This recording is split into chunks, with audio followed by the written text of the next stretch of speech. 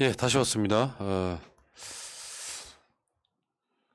이슈들이 어지러울 때, 예. 이슈들이 좀 어지러울 때, 좀 우리가 좀 좋아하지 않는 이슈일 때, 이럴 때일수록 여러분들이 중심을 좀 잡아 주셔야 됩니다. 제가 전 방송에서도 계속 말씀을 드렸지만, 집중할 건 집중하시고요. 해 주시고요. 방송이라는 게 이렇게 돈, 코인 집어넣어서 나오는 상품처럼 나오는 게 아니라 준비하는 시간이 필요하니까요. 여러분들 관심사항은 다 준비하는 방송 아니겠습니까? 방송은 방송대로 좀 집중해 주시기 바라겠습니다. 시작하겠습니다. 정권 연장을 위한 싱크탱크 249회 방송 시작하겠습니다. 지금 제 앞에는 이상구 복지고 소사이어티 운영위원장이 나와 있습니다. 예, 안녕하십니까. 이상구입니다. 예. 위원장님만 보면은 세상에 법이 필요 없는 것 같아요. 제가 모 스님하고 같이 차를 타고 가는데 예. 신호등을 무시하고 불법으로 이제 좌회전을 하시는 거예요. 예. 그래서 스님 저 이렇게까지 하시면 됩니까 했더니 불법입니다 이렇게 하고 가시더라고요. 나무 관세음 예. 불법입니다. 예. 자, 여러분 복지국가 소사이어티 후원하셨습니까? 복지국가 소사이어티 회원 좀 내주시기 바랍니다. 일시적 후원도 괜찮고요. 정기 후원은 더 괜찮고 한 달에 한 10,000원 정도씩만 후원해 주시면은 지금 정권 연장을 위한 싱크탱크 249회 동안의 어떤 그런 여러분들이 노력을 해주신 거예요. 전화번호는 02-3272-3272-2353 후원 좀 꼭 부탁드리겠습니다. 자, 오늘 방송 본격적으로 시작하겠습니다. 자, 오늘의 주제는 김대중 대통령입니다. 지난 8월 18일 수요일 날이 김대중 대통령 서거 12주기였는데 저도 그때 그 방송에서 그런 이야기 했습니다. 제가 정치인 중에 가장 존경하는 사람 김대중, 네. 가장 좋아하는 사람 노무현, 네. 이런 대통령들이었다. 그러니까 맞습니다. 존경은 뭔가 조금 더 한 단계 높은 느낌이고 노 대통령은 진짜로 내 가족 친구 같은 느낌이고 네. 뭐 그런 비교는 하고 싶지는 않고요. 문제는 김대중 대통령은 대한민국을 대표하는 석각 예. 대통령, 이런 그 나라를 운영함에 있어서 아마 지금까지 봐도 가장 준비가 많이 된 대통령이 아니었나 싶어요. 맞습니다. 네. 근데 8월 18일이 12주기였어요. 진짜 시간은 엄청나게 빨리 가네요. 보면. 서거하신 지가 엊그제 같은데 벌써 12년이 흘렀습니다. 네. 근데 문제는 김대중 대통령의 정신을 계승한다 뭐 이런 얘기 하잖아요. 8월 네. 18일 되면. 예. 근데 김대중 대통령의 정신이 뭔지 모르시는 분들 꽤 많지 않습니까? 예. 그게 아까워서 오늘 이 지난주였지만은 방송 주제를 이 김대중 정신으로 잡아봤는데요. 또 제가 최근에 이제 놀라운 사실을 알게 된 게 이 지금 현재 대학 다니는 학생들이 김대중 대통령을 잘 모르시더라고요. 그러니까 옛날에 대통령 했던 그분 아니야? 뭐 이런 정도로밖에 모르는 거예요. 그래서 야, 참 아무리 저 최현대사이긴 하지만은 우리의 삶에 이렇게 많은 영향을 미치고 오늘날 대한민국을 만드신 분 중에 하나인데 뭐 대한민국이 지금 이 순간 또 계속해서 새로 만들어지고 있지만은 굉장히 중요한 큰 업적을 통해 가지고 지금의 대한민국이라는 실체를 있게 하신 분 중에 하나인데 어떻게 저런 걸 모르고 살 수 있을까 이런 생각이 들어가지고 깜짝 놀란 것도 있고 또 한편에서는 우선 나부터 반성해야 되구나 이런 생각을 했던 게 의외로 그 정부에 국민의 정부에 참여했던 분들도 자기들이 얼마나 크고 중요한 일을 했는지를 잘 모르고 있는 경우를 제가 꽤 봤습니다. 그러면 동시대 살다 보면 그거 못 느껴요. 시간이 네. 지난 뒤에 후세가 평가를 해주는 거죠. 네, 그 대통령이 돌아가시고 한 12년 지났기 때문에 새롭게 평가되는 것들. 맞습니다. 그러니까 우리가 알고 있는 김대중 그러면 지금 방송 보시는 분들은 어떤 느낌이실지 모르겠는데 이분 자체의 삶이 한편의 드라마였고요. 예, 근데 이렇게 준비된 사람은 사실상 역대 대한민국 대통령 중에는 없었다라고 보는 게 맞겠죠. 예. 그리고 시간이 지날수록 점점 가신 분의 빈자리가 더 커진다 이런 19절도 있지만은 이분이 정말 탁월한 업적을 남기시고 많은 일을 하셨구나라는 걸 느끼게 되는 그런 계기들이 있으면서 국민들에게 이런 걸 좀 가르쳐야 되겠다라는 생각이 들고요. 뭐 제가 금방지게 뭘 알아서 가르친다 이런 게 아니고 그 국가가 나서서 이런 그 옛날에 왜 지금은 사라지지만 국민 교육 현장 이런 게 있었지 않습니까? 예. 그런 정도의 의미로 교과서에도 실리고 또 역사 시간에 그 의무적으로 언급을 하도록 만들고 또 김대중 정신대에서 평가도 하고 토론도 하는 그런 것들이 좀 이루어져야 되지 않겠나라는 안타까운 마음에서 오늘 방송을 준비했고요. 다행인 것은 지금 민주당에 경선 나온 후보들은 모두 다 김대중 정신을 잇겠다라고 말씀을 하고 계시고 심지어는 이번에 홍준표 후보도 이 국민의힘인데 김대중 정신을 이어받아 이런 표현을 쓰셨더라고요. 윤석열도요. 어쩌건 이거 없어서. 아니 그 민주당 한 번도 안 찍었다는 사람이 뭔 정신을 계승하고 말도 안 되는 소리하고 있어. 아니 뭐 저 찍고 안 찍고의 문제는 아닌데 어. 좀 제대로 알고 했으면 좋겠는데 아, 이 사람은 김영삼, 김대중 구분 못하는 거 아닐까요? 그럴 가능성도 있겠으나 지금까지 하시는 거 보면 아니, 그러니까 김대중 대통령이 여러 가지 업적이 있지만 대체 어떤 사람이었고 우리가 김대중 대통령 하면 막연하게 뭐 죽을 고비 넘기신 분이고 박정희랑 싸웠고 뭐 노벨 평화상 받았고 이렇게만 생각할 수 있잖아요. 예. 그거 아니거든요. 그럼요. 이 대통령이 이분이 갖고 계신 어떤 철학이나 또는 이 자기 임기에 내 남겼던 어떤 그런 거, 뭐 쉽게 표현하면 그 중에 예를 들자면 지방자치도 그렇죠. 김대중 대통령이 단식으로 얻어낸 그거잖아요. 예. 지금 현재 여러분들이 서울시장을 직접 뽑는 거 김대중 대통령의 유업 중에 하나인 거죠. 그렇습니다. 지금은 너무나 당연해가지고 그렇지 않은 세상을 상상을 못하지만은 그 정말 힘들게 투쟁해서 그 얻어낸 것들이거든요. 받아낸 것이고. 예. 그래서 지방자치도 사실 그 애초에 뭐 그 기획했던 것만큼 잘은 안 되고 있지만은 그래서 더 안타깝고 소중하고 우리가 제대로 만들어 가야 될 이유가 있는 것들인데 우선 좀 알아야 되겠다. 이 생각이 가장 크고요. 그다음에 후보들이 전부 김대중 정신을 계승한다고 했는데 무슨 정신을 어떻게 계승할 것인지 예. 이런 것들을 좀 분명히 해야 되겠다는 생각도 들고요. 그러니까 지금 위원장님 그 뒤편에 있는 저 예. 판화들을 보면은 김대중, 노무현, 문재인 이렇게 예. 우리 민주 진영에 대통령들이 계시잖아요. 그 진영의 대통령들은 제가 봤을 때는 지금까지 문재인 대통령까지 굉장히 정치를 잘하신 분들이에요. 예. 사실 저는 이렇게 보거든요. 이분들이 잘한 것도 있지만 사실 저쪽 세력들이 워낙에 정치를 못했습니다. 그렇습니다. 그렇다 보니까 상대적으로 더 잘하게 보이는데 예. 요거를 이제 언론이 교묘하게 비틀어가지고 마치 노무현 대통령 때는 정치를 뭐 되게 못한 것처럼 했지만 시간 지나고 보니까 굉장히 잘했던 정치 이런 거고 문재인 대통령은 지금 현재도 임기 마지막까지 지지율이 빠지지 않으면서 굉장히 잘하고 있다는 평가를 받고 있고요. 그런데 정권 교체를 해야 된다는 사람들이 있다는 것 자체가 뭔가 좀 이상하지 않습니까? 그러니까 지난번 그렇게 해가지고 정권이 넘어갔더니 어떤 일이 벌어졌는지를 사람들이 아무리 이제 단기 기억력이 좀 떨어져 갖고 금방금방 잊어버린다 하시더라도 결국 내주면 목숨으로 보상해야 되는 우리 자식들의 목숨으로 그 정권 내준 것의 피해를 감당해야 되는 그런 일들을 겪었는데 좀 너무 안일하게 생각하는 게 아닌가 하는 생각도 예. 들고요. 저는 뭐 아까 좋아하는 대통령 노무현, 존경하는 대통령 김대중 이렇게 말씀하셨는데 뭐 두 분 중에 누가 훌륭하냐 또 누굴 더 좋냐 할 때 뭐 엄마가 좋냐 아빠가 좋냐 이런 거와 똑같은 질문을 생각하는데 분명히 이제 격이 다르고 급이 다르긴 하죠.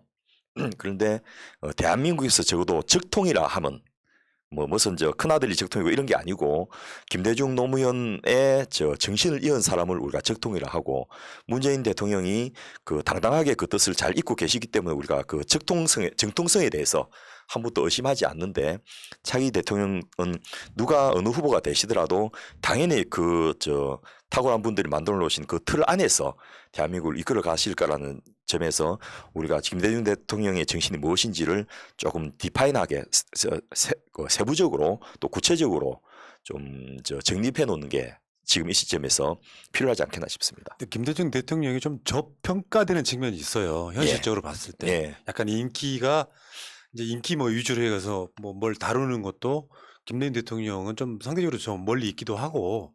그러니까 아까 존경과 조화의 차이는 뭐냐. 업적 이런 문제가 아니고 예. 저분 김대중 대통령은 조금 한 단계 위에 계신 분 같고 예. 노무현 대통령은 나 같아요. 그렇죠. 친숙하죠. 그런 차이일 예. 뿐이죠. 자, 근데 김대중 대통령 영화가 제작됩니까? 예. 어. 이 좀 사실은 때늦은 감은 있는데 예. 이 김대중 평화센터가 저 명필님 그 아마 여러분 명필님 하면 이제 이름 알만한 분들이 알죠, 다 알죠. 예, 예. 많으실 건데요. 거기서 이제 계약을 체결해 가지고 김대중 대통령 다큐멘터리 제작위원회를 만들었고요. 이 위원회를 중심으로 이 본격적인 저 다큐멘터리 제작이 나가는데 일단 김성재 전 정책기획수석 문광부 장관도 하신 분인데 이분이 김대중 대통령의 그 브레인 역할을 하셨거든요.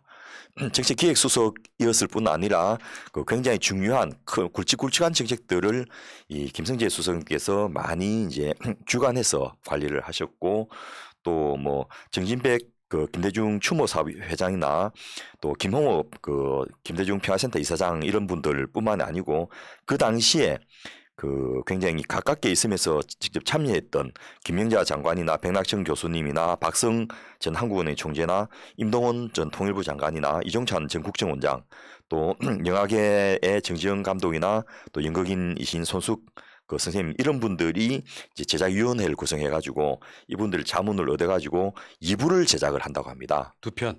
예, 하나는 일부는 이제 그 민주주의자 김대중.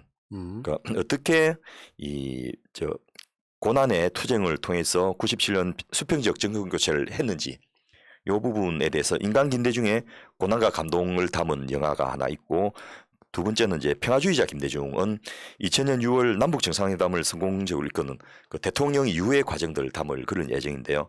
물론 제 생각에는 그 시리즈가 그 한 10부작 정도 필요하지 않겠나. 이 보건의료 부분에서도 저는 한 편을 만들고 싶고 교육 부분도 한 편 만들 수 있고 문화정책 부분에서도 또 따로 한 편을 만들어야 된다 생각하는데 어쨌든 그 국민들이 좀 쉽게 접할 수 있도록 다큐멘터리를 만든다는 것만으로도 굉장히 의미 있는 노력들이 아닌가 생각이 듭니다. 예. 김대중 대통령이 동교동에 계시다가 나중에 그 고향에서 예. 사셨잖아요. 근데 2017년에 그 고향 김대중 평화문화제 이런 게 있었더라고요. 아, 우리는 왜 몰랐지? 예. 이 이명박 박근혜 때 이 너무 탄압이 심해가지고 그 김현미 장관이나 저 김대중 대통령 사저를 좀 저 기념사업을 중심으로 기념사업을 하자. 그리고 김대중 대통령께서 영국에서 귀국하신 다음에 일부러 이 저 파주로 가는 길목인 고향에 저 집을 정하신 이유가 이 왔다 갔다 하면서 이 내가 통일에 대한 꿈을 여기서 완성을 시키겠다라는 뜻을 가지고 위치를 그쪽에 잡으셔서 사저를 그쪽에 선택을 하셨거든요. 평화. 예. 어. 그렇죠. 남북 정상회담을 비롯해서 그 한반도의 평화 그리고 동북아 전체의 평화 체계 구상 같은 것들을 이제 그 사저에서 하신 거예요. 그래서 저도 그때 이제 저 준비위원으로 참석했지만은 그 아무도 이제 나라가 지원 안 해주고 그때 당시에 시장님이 저 최성 시장님이셨는데 이분이 그 참여정부 시기에 국민의 정부 시기에 꽤 가까이서 모셨던 분이신데 네. 아니 시장이 되시고 났더니 그렇게 과감하게 못 하시는 거예요. 뭐 아마 그때 시의회 구성도 이 한나라당 쪽이 뭐 강하고 이런 게 있어서 그런지 모르겠는데 이 시청 쪽의 지원을 하나도 못 받고 각자가 그 100만씩 내 가지고 문화제를 준비하고 또 그 유명한 연예인들이 그 출연이 안 받고 무료로 출연해 주셔가지고 매년 8월 15일 날 이 문화제를 그 쭉 그 서거 이후로 계속해서 하고 있고요.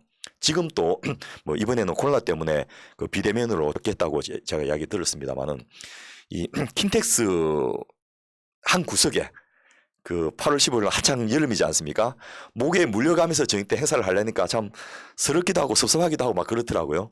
그런데 이제 정권 교체가 되고 나니까 문재인 대통령이 취임하시고 나니까 장소가 이 킨텍스 한가운 저 외곽에 있는 풀밭이 아니고 그 고양시 한가운데 있는 미광광장이라고 예. 시내 중심가에서 행사를 할 수 있었고 감시하러 왔던 경찰들이 이제 예. 보호하러 오고 막 이런 게 바뀐 걸 느꼈는데 어쨌든 그때 저희가 없는 돈에 그 50만 원씩 100만 원씩 그 각자 객출을 해가지고 이런 문화제를 했던 이유가 우리라도 그 김대중 대통령의 정신을 좀 계승하고 또 전파하는 역할을 하자.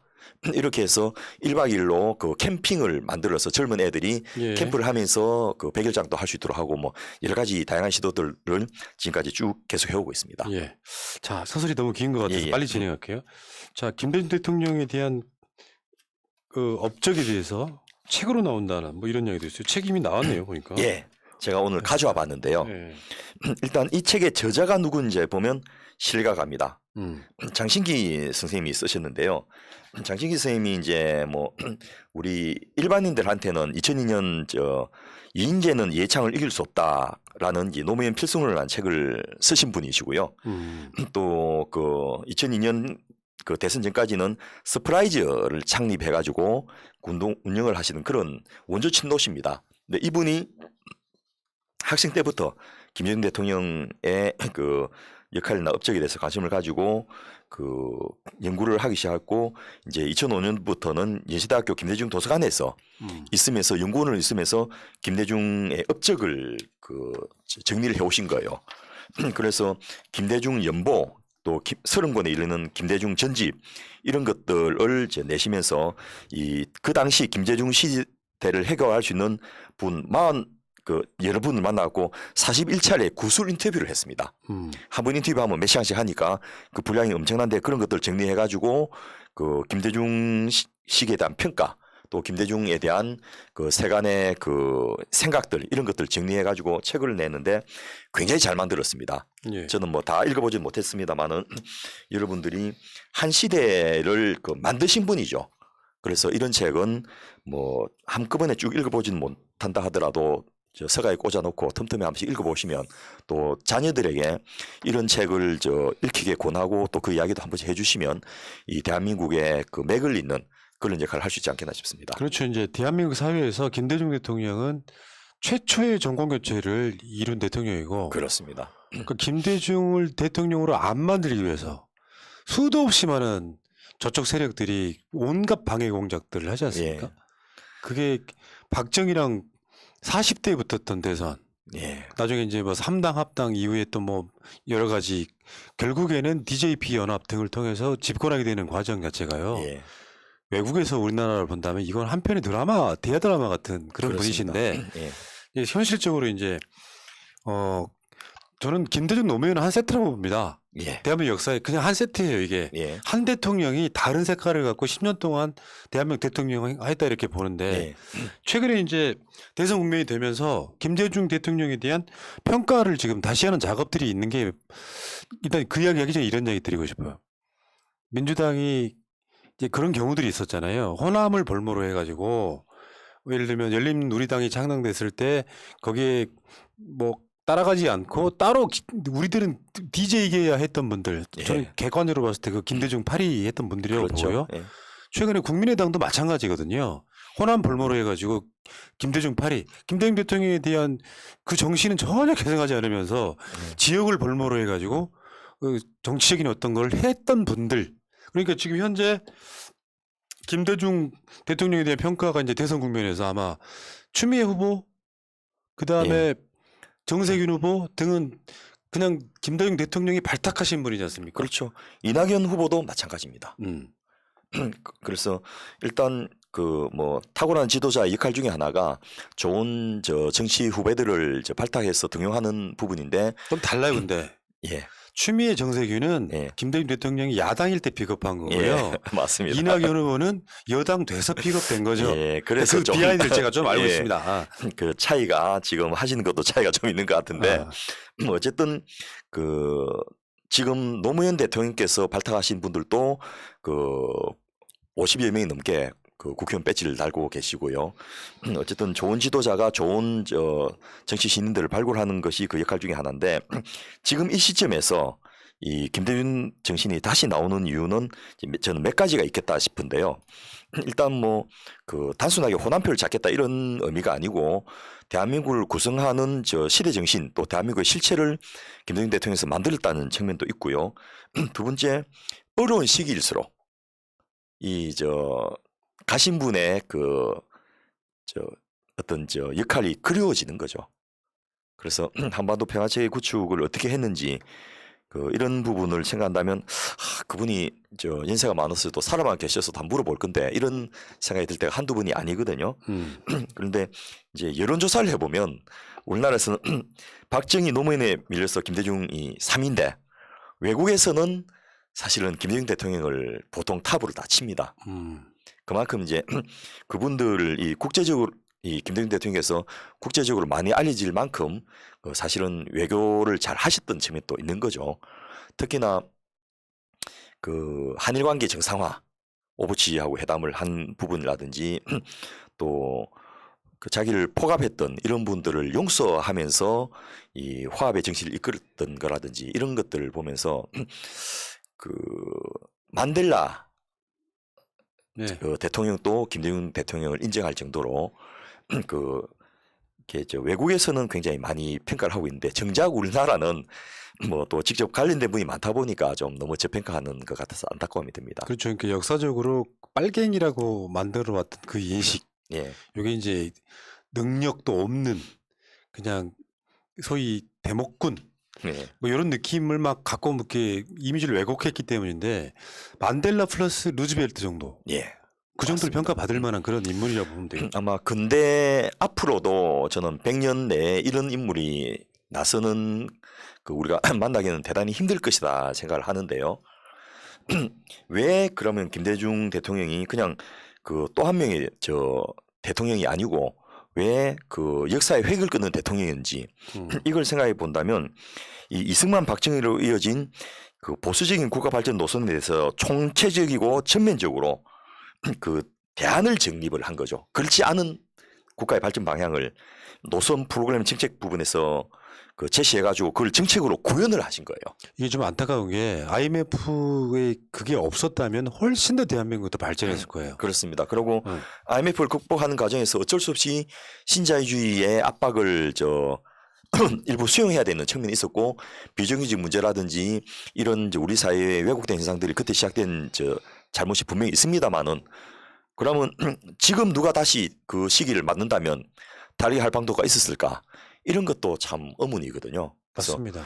팩트 그 자체로서 우리는 이 성과와 또 한계성도 인정하면서 김대중 대통령에 대해서 평가를 하자는 그런 이야기를 꼭 하고 싶습니다. 아까 그 장신기 작가님 예, 이분이 쓴 성공한 대통령 김대중과 현대사에서 지금 김대중 대통령에 대한 평가를 어떤 식으로 하고 있어요? 예, 이분이 그런 부분을 좀 객관적으로 정리를 굉장히 잘 해주셨는데요. 저도 김대중이라는 이름을 언급할 때마다 이제 마음이 숙연해지고 이 말이 좀 느려지고 말이 길어지는 이유들이 함부로 표현을 못하는 그런 항상 존경의 염이 묻어나오기 때문인데 이분이 객관적으로 평가하기에 첫째 한국 전쟁 이후에 최고의 국난인 IMF를 전 세계가 놀랄 정도로 빠르게 극복했던 거. 그때 금모으기 이런 것들이 이루어졌을 때 김대중 대통령이 안 왔으면 그런 국민의 마음을 끌어낼 수 있었을까? 지금 그 소위 우리나라 수구 세력들은 그런 이야기잖아요. 방역은 문재인 정부가 잘했냐, 국민들이 잘했지? 그런 논리로. 그럼 대통령을 왜 뽑아? 그렇습니다.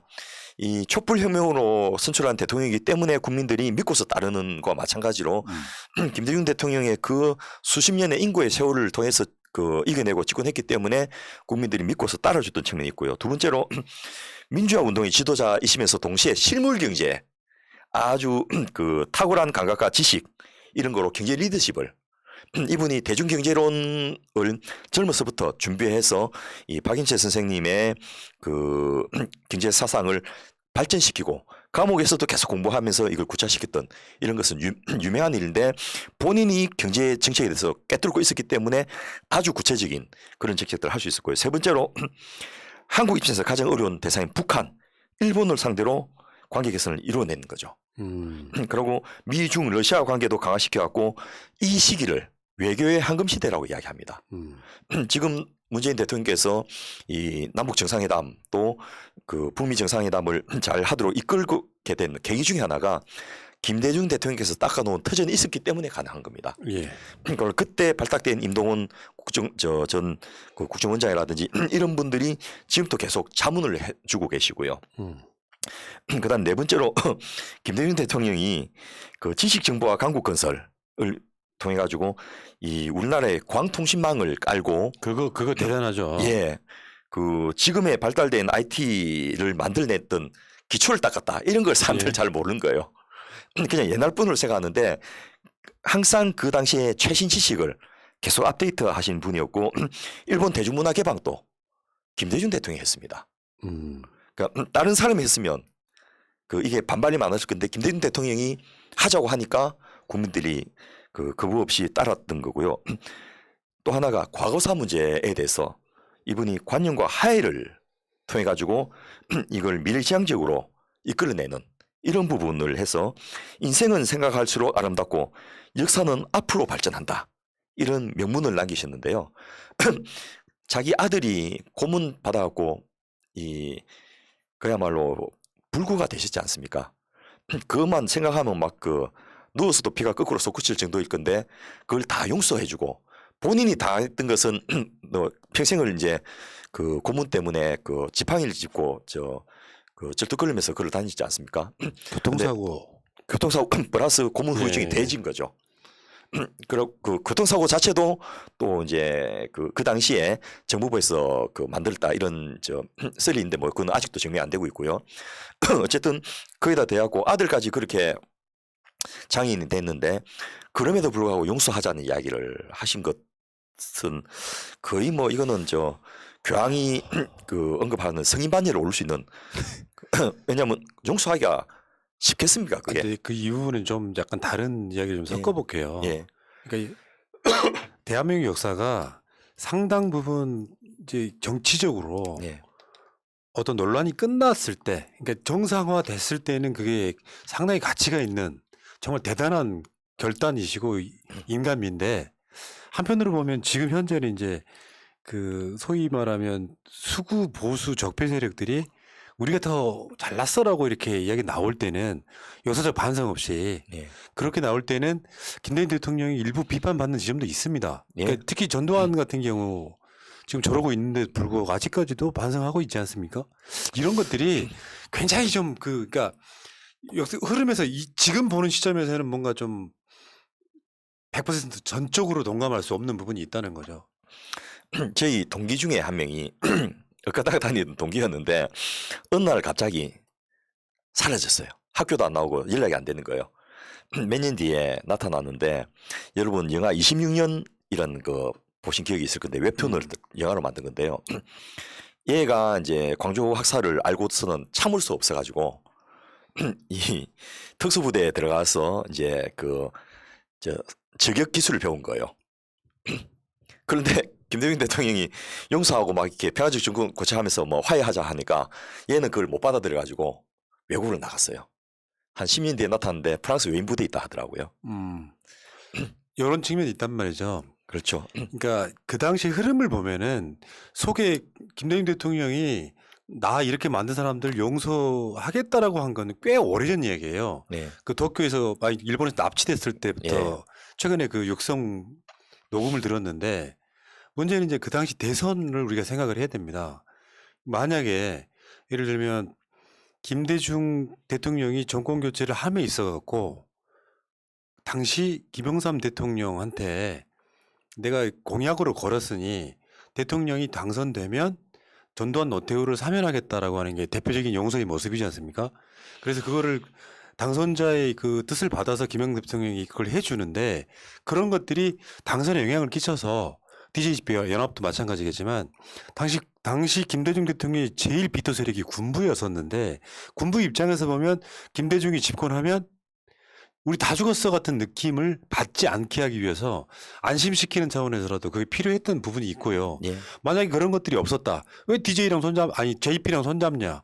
왜 전두환 노태우를 사면해 주느냐에 대한 부분이 없었다고 하면 정권 교체 힘들었을 거다. 예. 사실 그 표 차이 얼마 안 났잖아요. 거의 안 났잖아요. 예. 저도 개인적으로 그 역사의 심판을 안 하고 넘어오니까 계속 이런 적폐들을 쌓여가지고 말도 안 되는 현상을 보게 돼서 좀 화도 나고 억울하기도 한데 이 김대중 대통령께서 뭐 본인이 독실한 가톨릭 신자라서 그런지는 모르겠는데 용서하는 이런 부분을 했다는 것은 정치적인 유용성도 있지만은 실제로 그런 포용과 화합의 어떤 신기원을 만들어냈기 때문에 이거는 또 나름대로 저는 의미가 있다고 생각하고요. 네. 마지막으로 구호와 선동을 앞세우지 않고 실질적으로 치밀한 전략을 통해서 변화를 이끌어냈다는 측면에서 저는 앞으로 이제 제가 정책 부분에 이야기를 할 건데 그런 점에서도 우리나라에서는 좀 배울 수 있는 귀감이 되는 그런 대통령이 아닌가 싶습니다. 그러니까 이런 부분이 있다고 봐요. 노무현 대통령은 사실상 기득권들에 의해서 제거된 거거든요.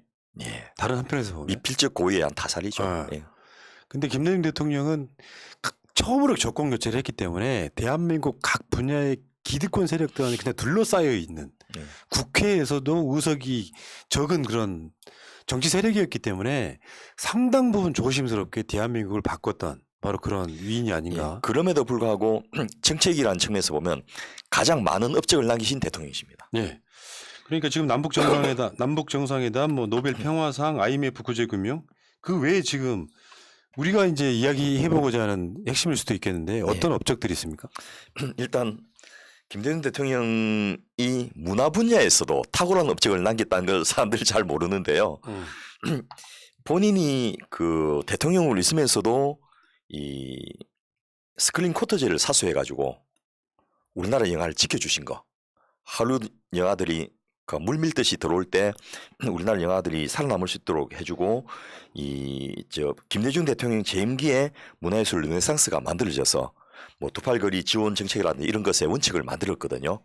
그러니까 지원을 하되 간섭을 하지 않는다라든지 또 그 문화 그 모태펀드를 만들어 가지고 문화산업 모태펀드를 만들어서 영화 산업을 키우게 해준다든지 이런 부분이 그 굉장히 의미가 있는데요.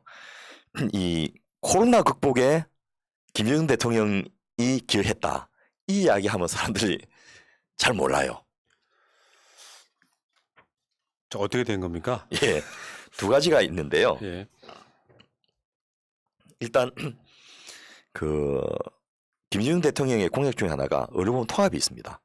의료보험 통합. 예, 그 지역 의료보험은 항상 가난하고 어려운 분들이 많다 보니까 적자가 나는데 500개의 직장 의료보험은 예를 들면 삼성전자 의료보험 젊고 건강한 사람들이 많이 가입돼 있고 수입도 많으니까 보험 재정이 풍부하거든요.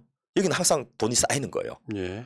그런데 의료보험 통합을 해서 단일 의료보험 조합을 만들었습니다. 그래서 우리나라는 저 코로나 진단을 국가가 무료로 해주지 않습니까? 자, 그러면 한번 여기 지금 화면에 나와 있는 거 한번 읽어볼게요. 예. 민간 의료보험을 운영 중인 미국의 경우 기본적으로 한국보다 환자 부담금이 높은 것으로 알려졌다. 최근 한 미국인 네티즌은 자신의 SNS에 코로나19 검사를 받았는데 보험사로부터 클레임을 받고 $1,400, 한화 약 170만 원을 부담했다는 글을 게재했다. 포브스에 따르면 미국에서 코로나19 진단을 시행하는 데 드는 비용은 최소 $250에서 최대 $1,500까지 필요한 것으로 추정된다. 코로나19의 진단비, 치료비, 건강보험 지원으로 평균 4,300만 원의 치료비가 드는 미국과 비교해 우리나라는 본인 부담금 0원으로 한 푼도 내지 않는 무상 진료 혜택은 코로나 확산을 막을 수 있었던 주요 요인으로 작용했다. 예. 지난 6월 말 기준 코로나19 진단 검사 비용에 1,865억 원, 치료 비용에 4,372억 원을 건강보험 재정에서 부담했다. 요거예요. 예, 그런데 이걸 저 나라에서 해주냐 안 해주냐의 차이가 그 다음에 있는 저 미국 사진을 좀 띄워주십시오. 예. 지금 보이는 저 사진이 컨테이너 박스 안에 시체 쌓아둔 거예요. 그러니까 왼편에 보이는 지금 나오는 이 사진은 이완실이 다쳐가지고 그 병원 내에 도구 모아놓는 방에다가 시체를 그 봉지 넣어서 그 바디백이라 하죠. 그 하얀 봉지는 시체들 넣은 봉지고 그 위에 있는 파란 저 비닐백은 그 시체들이 갖고 있던 자기 그 개인용품들이에요. 옷하고. 선진국 맞아요? 이렇게 쌓아두었다가 그 관이 모자라갖고 종이 박스에 싸서 그 이 불도저 땅을 밀어갖고 거기다 매장하는 그리고 편말도 하나 없는 이런 일들이 지금 미국에서 벌어진 일들이었거든요. 그러니까 한국이 방역을 잘한다 측면에는 이런 거에 다 포함되는 거거든요. 예. 진짜 선진국이네. 한국 이미지가 그렇게 만들어져 예. 있잖아요. 네, 저런 사진들이 CNN은 찾을 수 있는데 한국 언론은 안 나오지 않습니까? 예. 왜냐하면 이 천조국인 미국이 저런 일이 있어서는 안 되는 거예요. 근데 지금 하나는 그 의료보험 제도가 없어서 생긴 문제고요. 또 하나는 이 대통령이 잘못 뽑아서 생긴 문제였죠. 그리고 두 번째로 우리가 코로나 백신 같은 거 또 확진자 생기면 저 동선 안내 같은 거 전부 핸드폰으로 하지 않습니까? 예. 이 기초를 앞서 말씀드린 대로 김대중 대통령이 닦아 놓으신 거예요. IT. 그렇습니다. 그때 당시에 국가 R&D의 50% 정도를 광통신만 까는데 투입을 하셨어요. 이건 역사적 선택이라고들 표현하죠. 예. 지금 한국 사회가 한 단계 도약하는데 역사적 선택을 했다. 그래서 그 광통신망이 깔리니까 이 인터넷이 빠르게 되고 그 인터넷을 기반으로 그때 IT 벤처붐이 일어나지 않습니까? 이런 역할들을 앞으로 국가가 좀 해야 되는데 이런 탁월한 선택을 할 수 있는 사람이 그 역시 이제 국가의 지도자가 돼야 되는 이런 게 아닌가라는 어떤 사례를 보여주는 케이스고요. 지금 우리가 그 전 세계 어느 날도 없이 코로나 백신이 나오면 저 접종하라고 개별로 연락이 가고 또 신청 또 잔여 백신 같은 것들도 그 핸드폰으로 할 수 있고 이런 기초를 20년 전에 김대중 대통령이 닦았다라는 생각을 하면 정말 앞서 나가는 분이셨죠.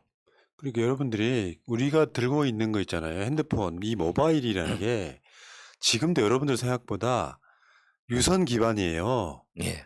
기지국이나 와이파이나 다 유선이 먼저 깔린 상태에서 우리가 그걸 지금 누리고 있는 거지. 처음부터 끝까지 다 무선은 아니거든요. 그러니까 여기 초고속 통신망을 깐 그 자체가 지금도 여기에 우리 핸드폰 들고 다니는 모바일의 절대적인 걸 차지하고 있는 거죠. 그래서 제가 이제 사석에서 물어봤거든요. 그렇게 돈 많이 드는 일을 당장 효과도 나오는 것도 아닌데 왜 그렇게 열정적으로 추진하시려고 하십니까? 그때는 이제 대통령이 당춘주의를 겸직하는 시기였어요. 소위 말해서 재앙적 대통령이라 하는 시기였거든요. 그래서 정기국회 같은 거 있을 때 대통령이 당이 와갖고 막 회의를 주재하고 막 그랬었습니다. 총재. 예, 당 총재 시절이었죠. 그때 이제 예찬 전 총리가 정책 의장을 하셨을 때였는데 이분이 이제 이런 이야기를 하시더라고요. 그 우리나라에 방송통신대학이라는 좋은 제도가 있는데 방송통신대학에서 라디오로 이 수업을 들어야 되니까 한계가 있다는 거죠. 그래서 광통신망을 전국에 깔면 하이도에서도 목포에서도 인터넷으로 바로 실시간으로 영상을 볼 수 있지 않겠냐. 그런 이야기를 하시더라고요. 제가 그래서 깜짝 놀랐던 게 95년도 제가 이제 그 유럽에 비스팅 스카를 할 때 그때 이제 EU 통합이 한창 진행된 때였거든요. 그때 유럽에서는 EU 대학이라는 걸 통해 가지고 1학년, 2학년은 자기 본국에서 다니고 3학년과 4학년은 각기 다른 나라에서 다니게 하는 그런 제도를 만들었어요. 그리고 수업 중에 상당 부분을 인터넷 강의를 하고 있었습니다. 지금 그 하버드나 MIT보다 가기 어렵다는 미네르바 대학이라는 데가 있거든요. 미네르바 스쿨. 학비도 엄청 비쌉니다. 근데 여기가 지금 그렇게 학습을 합니다. 이 수업은 전부 인터넷으로 유튜브로 방송을 하고 그 애들이 이제 그룹 프로테스트를 해갖고 그 7개 국가를 돌아다니면서 현지에 둘러보고 디스커션도 하고 대담도 하고 이렇게 하는 건데요. 이런 것들을 꿈꾸시면서 전국 어디에 있어도 돈이 없어도 누구나 좋은 대학 강의를 들을 수 있고 자기 그 능력을 개발할 수 있도록 하기 위해서 이것을 그 다소 무리가 있다 하더라도 내가 시작을 해야 되겠다. 이제 이런 이야기를 하셨는데 그걸 보면서 야, 참 우리나라 교육계가 그런 뜻을 알고나 있을까? 이런 생각이 듭니다. 예. 자, 알겠습니다. 그런데 이제 김대중 대통령이 아까 제가 말씀드렸던 것처럼 단식 등을 통해서 지방자치제도를 도입하는 것과 저는 같은 맥락이라고 보는데 예. 지방자치제도의 가장 큰 목적이 저는 복지국가라고 보거든요. 예. 복지를 위해서 지방자치를 더 활성화시키는. 그러니까 문 대통령 김대중 대통령이 복지국가 정책의 원조다 이런 말도 또 예. 듣고 있지 않습니까? 그래서 우리 복지국가 소사이티도 그 김대중 대통령 뭐 저를 포함해 가지고 김대중 대통령과 같이 기초생활보장법을 처음으로 기획하고 만들었던 분들도 참여하고 계신데 네. 그때 복지는 이제 생산적 복지 또 취약계층 대상으로 하는 잔여적 복지가 아니냐 뭐 이런 또 비판을 하는 분도 있거든요. 그런데 복지국가라 함은 이제 그 취약계층 대상으로 한 지원은 이제 물론이고 일반 다수의 그 국민들에게도 복지 혜택이 가도록 하는 것이 복지국가의 원칙이라고 한다면 그때 당시에 이 IMF로 300만 명의 실업자가 생겼거든요. 당장 생계가 어려운 분들도 있었는데 그런 분들을 대상으로 150만 명을 대상으로 하는 기초생활보장법이 김대중 대통령께서 처음으로 시작을 하신 거예요. 그때 문진영 교수님 같은 분이 이제 실무 작업을 하셨는데 이분이 이재명 지사님을 도와가지고 그 경기도 일자리 재단 대표도 하시고 했거든요. 그래서 그런 맥들이 이제 쭉 이어지고 있는 게 아닌가 싶은데 어쨌든 그 국민의 삶은 국가가 책임져야 된다. 요즘 누구 후보하고는 영 다르지 않습니까? 이걸 97년도에 공개적으로 이야기하시면서 이 국가적 차원에서 전면적 복지 정책을 그 김대중 대통령이 시작했기 때문에 우리 복지국가 소사이티는 김대중 대통령을 대한민국 복지국가 정책의 시조라고 이렇게 보고 있습니다. 왜? 국민의 삶을 국가가 책임지냐?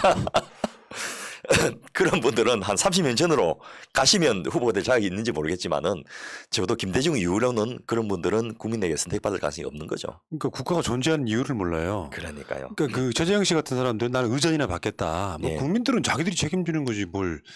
참 정말 무식하기가 이를 데 없는. 예. 그러니까 이게 지금 뭐 어떻게 보면 대통령으로서의 어떤 국민에 대한 사랑, 그럼요. 애민 정신 이런 거라고 볼 수 그리고 있죠. 그런 것뿐만 아니고 이걸 이제 직접 시작을 하셨다는 거죠. 예를 들면 지금 그 우리나라 어르신들이 이제 790만 명 정도 되는데요. 2025년 몇 년 안 남았지 않습니까? 4년 뒤면 1000만 노인이 됩니다. 네, 노인들이 아프고 힘들 때 입원할 수 있는 노인 장기 요양보험도 김대중 대통령께서 기획해서 준비를 해서 시작했다는 거죠. 집행은 이제 유시민 장관 때 집행을 했는데요. 김대중 대통령 때 그 세부적으로 정책을 기획하고 수가를 만들고 급여 기준을 만들고 이런 작업들을 쭉 시작을 해가지고 그 시작을 이제 노무현 정부 때 유시민 장관이 직접 시작을 하셨는데 그런 것들 보면 야 이분이 정말 탁월한 분이시구나. 이 고령화 시대를 미리 앞서서 이런 정책 하나 하는데 20년 30년 걸리거든요. 이때 안 했으면 지금 어르신들 중에서 그러네요. 치매 어르신들 자식이 모시지 못한 어르신들 골반에서 혼자서 죽어가는 일들을 비일비재했을 건데 이런 역할을 하신 거예요. 대통령이 당선된 게 1997년이잖아요. 예.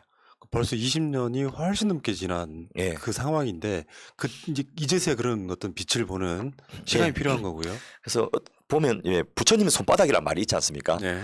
열심히 가다 보니까 아직도 부처님 손바닥인데 우리가 죽으라고 한다고 했는데 김대중 대통령께서 만들어 놓으신 것을 이제 보완하고 실행하는 그 정도 역할밖에 못 하고 있구나라는 네. 생각이 들 정도입니다. 혹시 그 최재형 씨가요 이 방송 보고 계시다면 제가 짧게 뭘 잘 모르는 소생이 좀 하나만 말씀드리면 사람은 태어나자마자부터 세금을 냅니다. 예. 직접세뿐만 아니라 간접세를 지금도 굉장히 많이 납부를 하고 있는 그럼요. 거예요.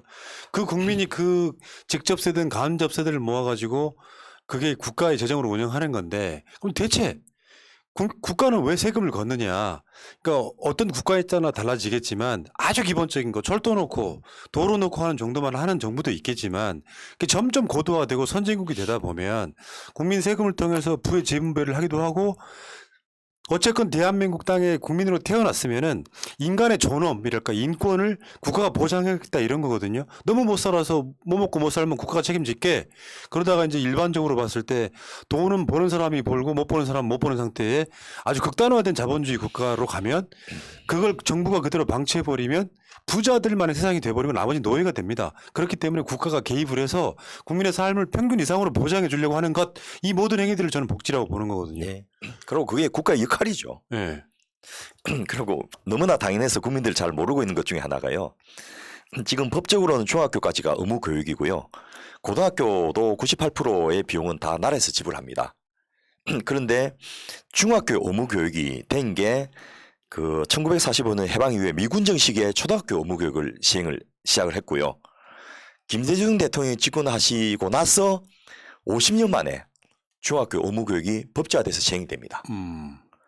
그래서 사람들은 이게 뭐 그 지금은 저 중학교 고등학교는 쭉 다 가니까 당연하게 생각하지만은 이거 역시 그때 그 경제부처에서 막 반대하고 아니 저 학교는 제가 돈 내고 다녀야지 뭘 저 나라가 다 해주냐 뭐 이런 이야기를 하면서 반대했는데 이런 것들을 그 시작했던 게 김대중 대통령이라는 걸 보면 정말 참 탁월한 분이셨다. 뭐 존경의 염을 금할 수가 없습니다. 그러니까 그 노인 장기 요양보험 급여 이런 것도 예를 들면 김대중 대통령하고 노무현 대통령의 연속성상에서 정권의 연속성이 있어야 가능해지는 부분들이 예. 있잖아요. 그 부분 좀 설명 좀 해주세요. 그 이런 거대한 국가적인 제도를 하나 구상하는데 적어도 10년 이상 필요하고요. 네. 또 그것을 집행하고 그 보완해 가는데 또 10년이 필요합니다. 그래서 저희 복지국가 소사이티도 대통령 한두 명으로 안 되겠다. 한 20년 장기 집권을 해야 되겠다 이런 생각. 욕심이 없으시네. 40년. 예. 그러니까 제대로 완성하려면 40년 정도 걸리는 게 맞습니다. 스웨덴처럼. 예. 총리 한 분이 한 40년 집권하지 않습니까? 그런 데는. 그런데 이 노인 장기 요양보험 같은 경우에도 그 독일 사례 또 뭐 프랑스 사례, 영국 사례 이런 걸 학자들이 조사는 했지만은 그 구체적으로 이걸 국가 정책으로 받아가지고 시행할 테니까 이 일정을 박아놓고 준비를 해. 이런 것들을 김대중 대통령께서 시작을 하셨고요. 그때 이제 일본에서 공부하고 돌아온 변재관 박사님이나 이런 분들이 일본의 노인 장기 요양보험이 우리나라에 가장 그 도입하기에 특화받아 해가지고 그걸 저 법도 준비하고 제도도 준비하고 전달 체계도 준비하고 그 수가도 준비하고 뭐 우선은 그 중증 노인 장기 요양보험 1등급, 2등급 이분들은 거의 뭐 그 똥오줌 받아내면서 저 누워 계신 이런 분들이시거든요. 그러니까 숨만 쉬지만은 그 시체나 달라는 분들인데 이런 분들 집에 한 분 계시면요 집안이 풍지박산 나지 않습니까? 그렇죠. 예. 가족 중에 누구 한 명이 일을 그만두고 와서 케어를 해야 되는 거예요.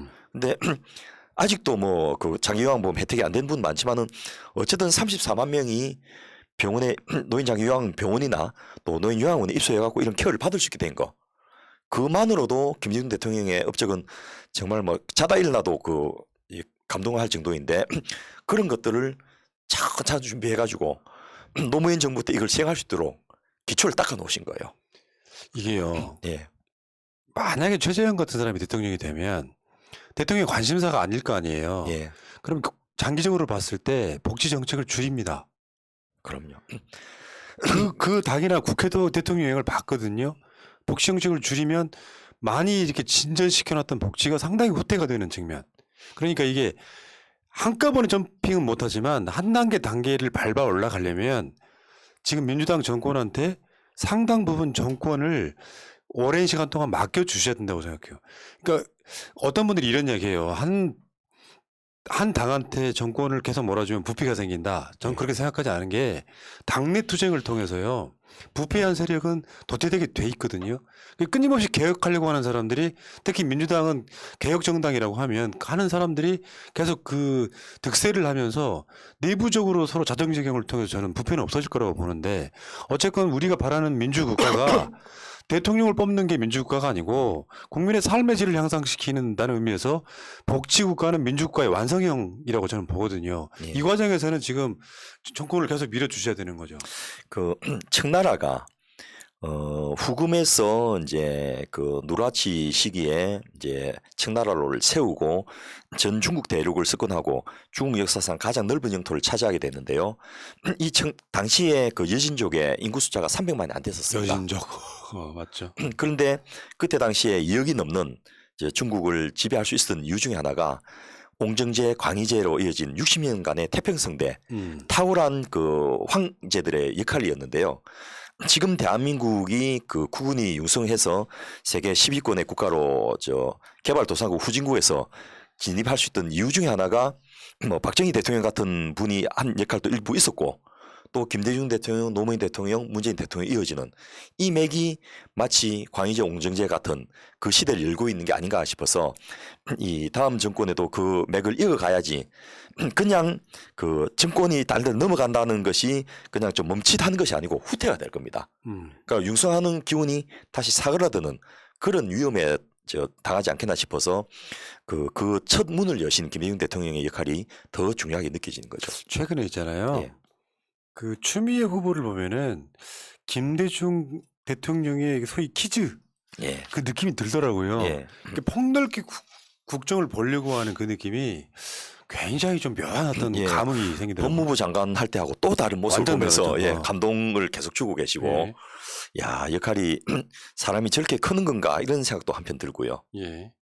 근데 김대중 대통령 때 그 좀 전에 그 뭐 요양보험 급여 이런 예. 문제 얘기할 때 의약 분업이 그때 제일 시끄러웠던 때 아닙니까? 예, 저도 그것 때문에 동료 의사들한테는 굉장히 이제 박해를 많이 당하고 또 어려움도 겪고 또 이제 이명박 박근혜 시기에는 그 주변에서 이제 이상구가 의료보험 통합하고 의약 분업 같은 것에 참여했다, 주도했다 이런 것 때문에 의사인데 약사 편들었다 이거잖아요. 예. 그래서 뭐 그 남들이 27만에 한번 건강보험공단 실사를 1년에 4번씩 받고 막 이런 이제 고초를 겪었는데요. 과연 그러면 의약분업이 지금 20년 지나서 돌이켜보면 과연 그렇게 몹쓸 짓이었고 죽일 짓이었느냐. 일단 의사들이 요즘 뭐 어려운 분도 많이 있는 건 사실인데 치과 의사나 한의사에 비해서 이 못 살겠다라는 비율이 훨씬 적지 않습니까? 그러네요. 왜냐하면 한방이나 치과는 저 건강보험 보장률이 10% 내지 15%밖에 안 됩니다. 예. 그러니까 돈 없으면 이용 안 해버린 거예요. 근데 의료 서비스는 그 보험에서 커버를 많이 해주니까 뭐 보장률이 낮다 하더라도 지금 저 거의 평균적으로 한 70%는 되거든요. 그러니까 먹고 살기가 괜찮은 거예요. 단적으로 의약분업 시작하기 전에 연간 그 전체 진료비가 12조 9천억이었습니다. 예. 그런데 올해 2021년도에 그 본인 부담금 포함해서 105조가 나가고요. 건강보험 급여비만 87조가 나갑니다. 20년 동안에 10배 가까이 늘은 거예요. 이게 병원 또 의원 의료계에서 다 쓰는 돈이거든요. 그게 최근에 그 수술실 CCTV 논란이랑 좀 같은 맥락이라고 봅니다. 그러니까 그렇습니다. 기득권을 일치하려는 사람들이 예. 우리가 진료도 하고 약도 우리가 다 할게 하던 거를 진료와 처방은 의사에게, 약은 약사에게 이렇게 맡겨줌으로써 지금 어떠세요? 그 위원장님 보시기에 이거는 굉장히 좋은 정책 아니었습니까? 뭐 저는 안 했으면 쪽팔릴 뻔한 그런 정책이 맞죠. 그리고 외국 학회에서 이런 거 이야기하면 당신이 뭘 좀 잘못 말하는 거 아니냐 하고 물어온 게 의약분업 정책을 의사들 주도해야지 왜 약사들이 앞장서서 이걸 옹호하느냐 이런 걸 거꾸로 물어오거든요. 근데 이상하게 그 당시 정치 상황이 그렇게 됐는데요. 어쨌든 저는 그 선배들 우리 선배들이 개원할 당시에 그 건강보험 청구하는 거는 그냥 직원들 다 나눠주고 자기는 그 제약회사가 주는 저 리베이트만 받아도 먹고 살고 생활을 할 수 있다 이런 이야기를 하면서 그 시절을 그리워하시는데요. 그래서 그때 당시 이해찬 정책위원장한테 제가 요걸 들어가면서 1년에 5번 보험 수가를 인상을 했거든요. 그래서 또 건강보험이 적자가 나니까 건강보험 재정거주자 특별법도 만들고 이런 일을 했는데 어쨌든 그런 과정을 통해서 이제 그 국민들이 그 돈을 안 썼냐 하면 이게 결국 오른 주머니냐 왼 주머니의 차이거든요. 네. 결국 그만큼을 제약회사에 지불하게 됐는데 그거를 이제 의료보험 제도를 통해서 공적인 지불 체계로 바뀐 거죠. 그리고 처방전이 공개되니까 아무래도 약 남용이라든지 이런 것도 많이 줄었고요. 그래서 뭐 좀 더 역사적 평가의 시간이 더 걸릴지는 모르겠는데 적어도 의사들은 의약분업에 대해서 반대할 명분과 자격이 없다. 나는 이렇게 생각을 합니다. 예, 알겠습니다. 김대중 대통령 때 이루어진 여러 가지 일들, 뭐 이외에도 굉장히 많이 있을 텐데 전체적으로 봤을 때 임기는 5년이었지만 대한민국 50년의 그 터전을 닦은 그런 느낌이 분명히 있습니다. 그렇습니다. 네. 그래서 저는 안타까운 게 또 하나의 대통령, 그러니까 국민의 정부는 김대중 대통령이 집권했던 그 기간을 또 하나의 대통령 기간이 아니고 방금 말씀하신 대로 이 이승만 박정희로 이어진 대한민국의 틀을 바꾸고 한 단계 업그레이드한 시기였거든요. 그리고 그때 만들었던 시스템이 지금 계속 이어지고 있는 거고 그 시스템 하에서 노무현 정부와 문재인 정부가 작동을 하고 있는 거거든요. 그런 측면에서 저는 이 부분에 대해서 도대체 왜 이렇게 된지 대해서 공부를 좀 해야 된다라는 생각이 듭니다. 그리고 가급적이면 이걸 정립을 해야 된다는 생각이 들고요. 이 뭐 책이 평가서가 나왔습니다만은 이런 것이 분야별로 교육 정책, 문화 정책, 또 의료 정책, 복지 정책 다 나와야 되고요. 국방 정책, 외교 정책은 물론이고요. 이런 것들을 하면서 첫째는 교과서에서 이걸 가르쳐야 되겠다. 그러니까 뭐 어느 특정 정파나 정당을 편드는 것이 아니고 역사에서 의미 있는 작업이기 때문에 맞습니다. 당연히 가르쳐야 되고요. 내 삶이 이분에 의해서 이렇게 규정됐구나를 알게 하는 게 하나가 있고요. 두 번째 이걸 계속해서 업데이트를 해야 됩니다. 우리가 선양이라고 하는데요. 왜 그러면 그때 그런 걸 했는지 그리고 또 그 시대의 한계나 잘못도 분명히 인정을 해야죠. IMF를 극복하는 과정에서 과연 노동유연화를 그렇게 안 받을 수 없었는지 이런 것들도 좀 분석을 해야 되는데요. 예를 들면 초등학교 100일장 같은 거 이런 걸 해서 애들이 김대중 대통령에 대해서 생각하고 말할 수 있게 해야 되는 거예요. 저는 고향에서 8.15 김대중 평화문화제를 하면서 이걸 전국의 그 250개 기초자치에서 다 했으면 좋겠다 이런 바람을 가지는데 그게 안 된다 하더라도 목포나 하이도뿐만 아니고 또 광주뿐만 아니고 적어도 경상도에서도 또 수도권에서도 이런 역할을 좀 했으면 좋겠다는 생각이 들고요. 그 남북 정상회담을 하고 한반도 평화 체계의 문을 열었다는 점에서도 그 정도는 충분히 우리가 할 만큼의 의미가 있지 않겠나 싶습니다. 여기 이제 아직까지도 그 대통령이 가신 지가 얼마 안 돼서 그 영향력이 있는 정치 세력이 그대로 있기 때문에 네. 아마 논란 차원에서는 이야기를 안 할 것 같은데 저는 그 어차피 이제 지금 뭐 일제강점기도 잘 안 가르치는 역사는 좀뭐 잘못됐다고 생각하고 네. 광복회장이 친일파 청산 이야기하면 벌떼같이 일어나는 그 상황이 있기 때문에 네. 문제는 이제 이렇게 보는 거죠. 지금 문재인 대통령의 문재인 케어라든지 4차 산업혁명이라든지 지금 그 방역 체계라든지 이런 것들도 결국에는 다 영향을 미친다고 보는 것이잖아요. 예. 그런 과정을 한번 봐야 될 것 같고. 그리고 제가 독일 쪽하고 같이 이제 일을 할 기회가 많이 있었는데 독일에는 그 프리드리 에버트 재단 이게 3인당의 싱크탱크거든요. 또 아데나워 재단 이런 데가 이제 보수 쪽인데 여기에서 그 우리나라 정당 교부금 같은 돈을 수조 원씩을 받아요. 그 돈을 갖고서 뭐 정책개발 연구도 하고 그 당원 교육도 시키지만은 또 하나가 대국민 교육을 이런 정당의 재단에서 담당합니다. 거기서 뭘 하냐? 우리 3인당의 정책은 이런 겁니다라고 하면서 이 3인당의 역사 또 3인당의 정책이 가지는 우리 사회에 미친 영향 또 철학 이런 걸 가르치고 또 기민당이나 이런 보수 쪽에서도 각각의 싱크탱크를 가지고 국민들의 교육을 합니다. 국민들은 무료로 교육을 시켜주거든요. 당원이 아니고 일반 국민도 그 교육을 받을 수 있습니다. 저는 민주당이 적어도 김대중 연구소를 당 차원에서 만들고 또 김대중 아카데미 같은 것도 좀 해가지고 이 정신을 이을 사람들을 정치 지도자를 양성해내는 이런 역할을 좀 해야 될 게 아닌가. 그러네요. 지금 노무현 재단은 이제 일부 그런 걸 하고 있거든요. 그런데 집만 지을 게 아니고 정신을 계승하고 정책을 발전시킬 수 있는 그런 역할들을 해야지 민주당의 맥을 이어가는 게 아닌가 싶습니다. 그러니까 너무 김대중 정신 계승한다고 하면서 단선적이죠. 예. 구체적인 느낌이 없고. 예. 그러니까 말하자면 이런 거예요. 평가는 제대로 하는 게 맞는데 예를 들면 IMF 때문에 비정규직이 양산됐다. 그런데 아까 말한 전두환 노태우 사면하고 같은 맥락이라고 생각해요. 비판을 할 수 있는데 예. 전체적인 역사적인 맥락을 봤을 때 그러면 대안이 뭐였나? 정권 교체가 더 먼저였었나?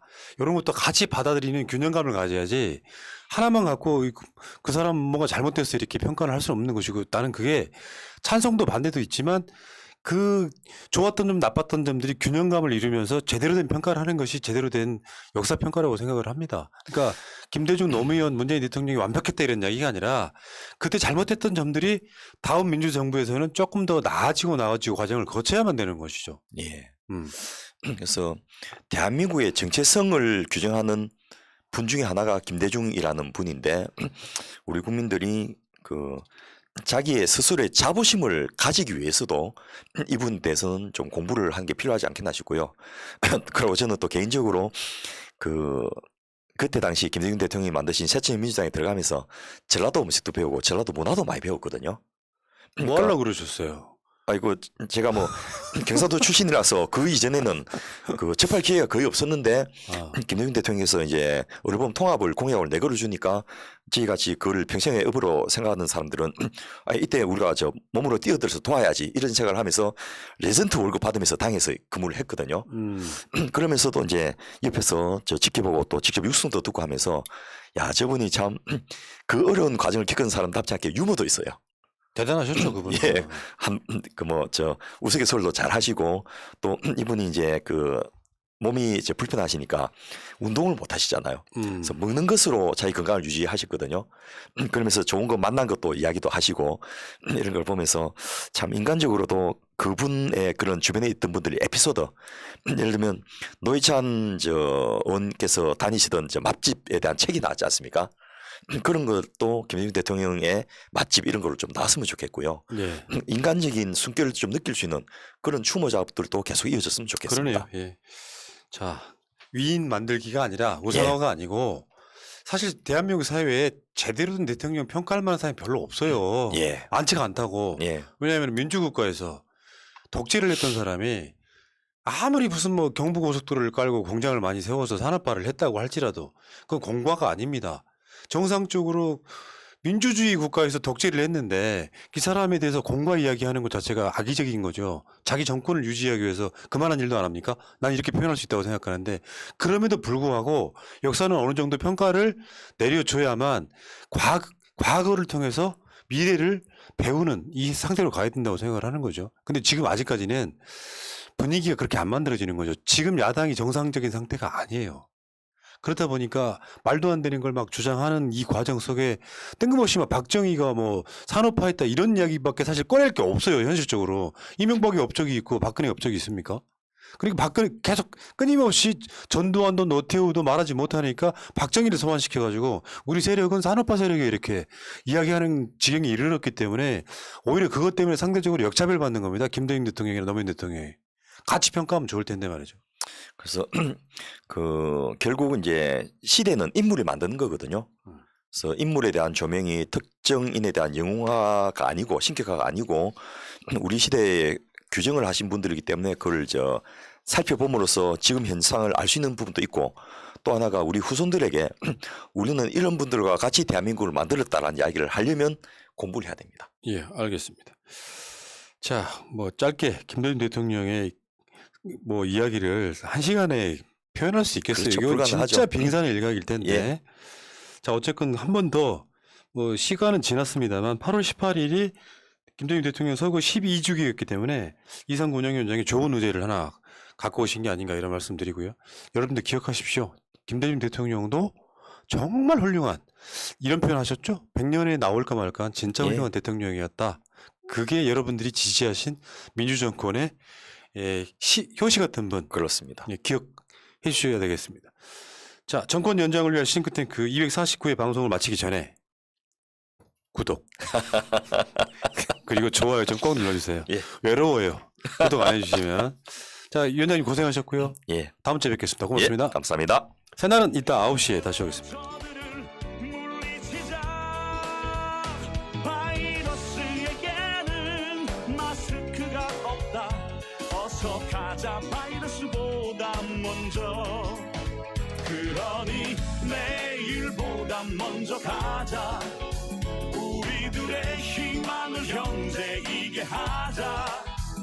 설령 그것이 내일이라 해도 현재로 저들을 물리치자. 바이러스에게는 마스크가 없다. 어서 가자 바이러스보다 먼저. 바이러스에게는 마스크가 없다. 어서 가자 바이러스보다 먼저.